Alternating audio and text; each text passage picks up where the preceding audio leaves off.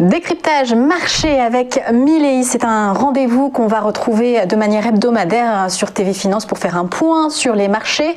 Avec nous cette semaine, Jean-Patrice Prudhomme. Bonjour Jean-Patrice.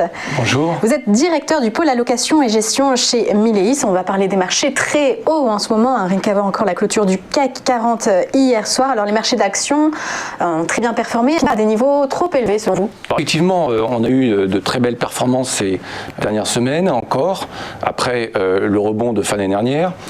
La position de Milei, c'est de dire finalement que ces marchés ne sont pas à des niveaux trop élevés. Pourquoi ?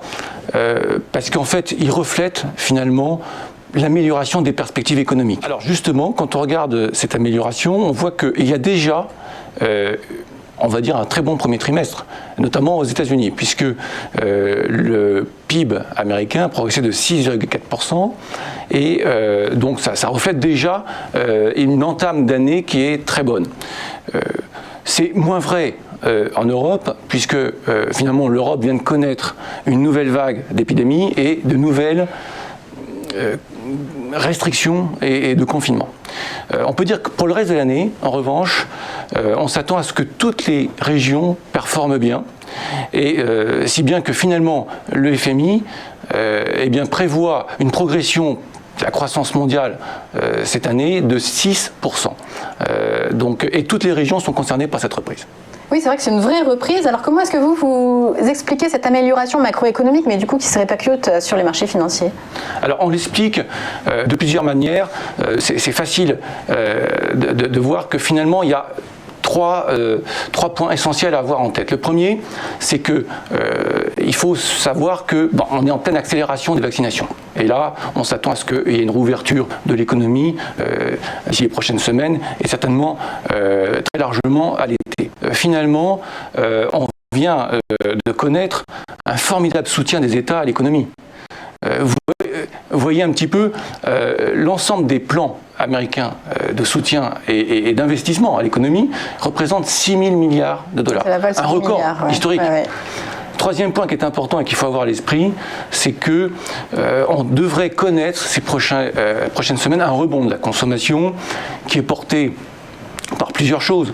D'abord, les plans de soutien qui ont finalement permis aux revenus des ménages de progresser dans cette crise. Ensuite, à l'épargne accumulée pendant le confinement, qui est très important, plus de 100 milliards en France, 21% des revenus disponibles des ménages américains sont épargnés. Et puis enfin, la reprise de l'emploi. On en saura un peu plus encore cet après-midi avec le rapport sur l'emploi, mais on voit que les tendances de ces dernières semaines, c'est qu'il y ait moins d'inscriptions au chômage et donc plus d'emplois dans l'économie américaine. Alors la croissance sera au rendez-vous pour 2021. Qu'est-ce qui peut inquiéter les marchés? Qu'est-ce qui va avec la croissance? On parle souvent d'inflation. Alors il y a plusieurs sujets d'inquiétude. Je ne prends pas en compte les risques exogènes qui viendraient de la géopolitique ou autres. Mais sur le plan économique, en fait, ce qu'on voit, c'est que tout d'abord, on connaît en ce moment une pénurie de composants. Et c'est simple à comprendre finalement. Semi-conducteurs. Exactement. Nous sommes dans une période en fait transitoire qui fait que certaines industries, comme l'automobile, ont redémarré tous ensemble et à un moment où les stocks sont très bas. La demande a été trop forte tout d'un coup. Exactement. Et donc de ce fait-là, on connaît effectivement une pénurie, la fameuse pénurie des composants dans l'automobile, des semi-conducteurs dans l'industrie électronique. Ça entraîne aussi des blocages finalement au niveau de la production et au niveau des livraisons. Ça, c'est le premier risque. Le deuxième risque pour nous, c'est finalement ce retour de l'inflation. Alors, je pense que ce retour de l'inflation, il est bien là. Il faut mitiger un petit peu parce que c'est la hausse des matières premières et d'énergie qui fait monter les indices. Or, si on retire ces composantes volatiles, qu'est-ce qu'on voit? On voit que finalement, les indices d'inflation sont même en dessous des objectifs des banques centrales. Ces mêmes banques centrales qui considèrent d'ailleurs aujourd'hui que finalement ces tensions inflationnistes sont transitoires. Et qu'on ne va pas regarder forcément les 2% de manière temporaire, on peut s'en abstenir. Et en plus de ça, vous avez raison, c'est qu'on ne va pas regarder forcément les 2% en niveau, mais en moyenne. C'est la nouvelle doctrine américaine sur l'inflation. Sur combien de temps? Voilà, exactement. Donc là, du coup, on peut dire vraiment que les banques centrales sont à l'aise pour maintenir leur politique monétaire très accommodante. Bon, évidemment, vous l'avez vu ces dernières semaines, ça a vraiment rassuré les marchés. On a aussi en ce moment, on est plutôt sur la fin, mais la publication trimestrielle des entreprises, qu'est-ce que ça a donné? Alors, on est plus sur la fin aux États-Unis qu'en Europe, parce qu'il y a toujours un décalage, mais on peut dire que les publications des résultats ont été très bonnes. Aussi bien d'ailleurs aux États-Unis qu'en Europe, et dans beaucoup de secteurs. Je dirais qu'il y a 2 chiffres à retenir à mes yeux, c'est que d'abord le chiffre de 80%, c'est 80% des entreprises qui ont publié au-dessus des attentes des analystes. Et le deuxième chiffre, c'est 30%. 30%, c'est quoi? C'est peu ou prou la croissance des résultats des entreprises dans le monde. Un peu plus en Europe, un peu moins aux États-Unis, mais vous voyez, c'est vraiment substantiel et ça vient effectivement, de toute façon, il faut l'avoir à l'esprit, après une année 2020 qui a été très difficile pour les résultats. Donc des très bons résultats, est-ce que ça donne ça vous donne des idées d'investissement ou est-ce que tout est déjà trop cher?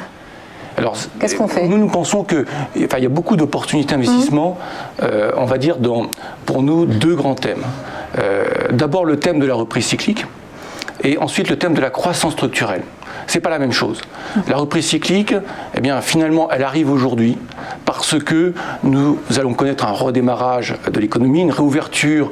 Parce qu'il y a une récession l'an dernier. Exactement. Évidemment, ça explose. À l'ensemble des secteurs de l'activité et ça profite directement et pleinement au secteur cyclique, l'industrie, les matériaux de base. On a vu la progression de beaucoup de matières premières. On voit que ça a un impact aussi sur l'inflation, l'énergie, mais aussi la consommation cyclique.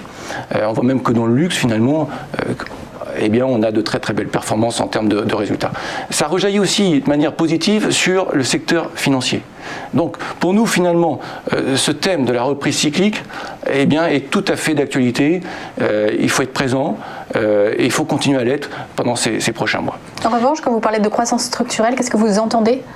Alors, qu'est-ce qu'on entend sous ce terme de croissance structurelle? C'est, on va dire, 2 choses principalement. D'abord, la transition numérique, qui connaît un plein boom. Et on le voit d'ailleurs à travers les résultats exceptionnels des GAFAM la semaine dernière. C'est lié forcément à l'accélération digitale, avec le développement du commerce en ligne, le télétravail, le streaming vidéo dans les loisirs qui s'est fortement développé. Et donc nous pensons que ce thème-là est très puissant, il est structurel, il y a des tendances de long terme, on est investi. Le deuxième thème dans ce thème de la croissance structurelle, c'est la transition climatique. Donc c'est un thème qui a déjà commencé à performer, notamment l'année dernière. On pense qu'il reste encore du potentiel, d'autant que finalement on a eu un retracement de ce thème ces dernières semaines. Et donc peut-être on devrait voir prochainement à nouveau des points d'entrée sur certaines de ces valeurs. Alors évidemment, ce thème est vraiment porté de manière très importante par les plans d'infrastructure aux États-Unis, 2250 milliards de dollars, et en Europe, voilà, avec plus d'un tiers du plan de relance européen de 750 milliards de dollars consacré normalement à la transition climatique. Bien, voilà vos 2 grands thèmes d'investissement pour ces prochaines semaines. Voilà. Bien, merci beaucoup d'avoir été avec nous, Jean-Patrice Prudhomme. Je rappelle que vous êtes directeur du pôle allocation et gestion chez Méliès.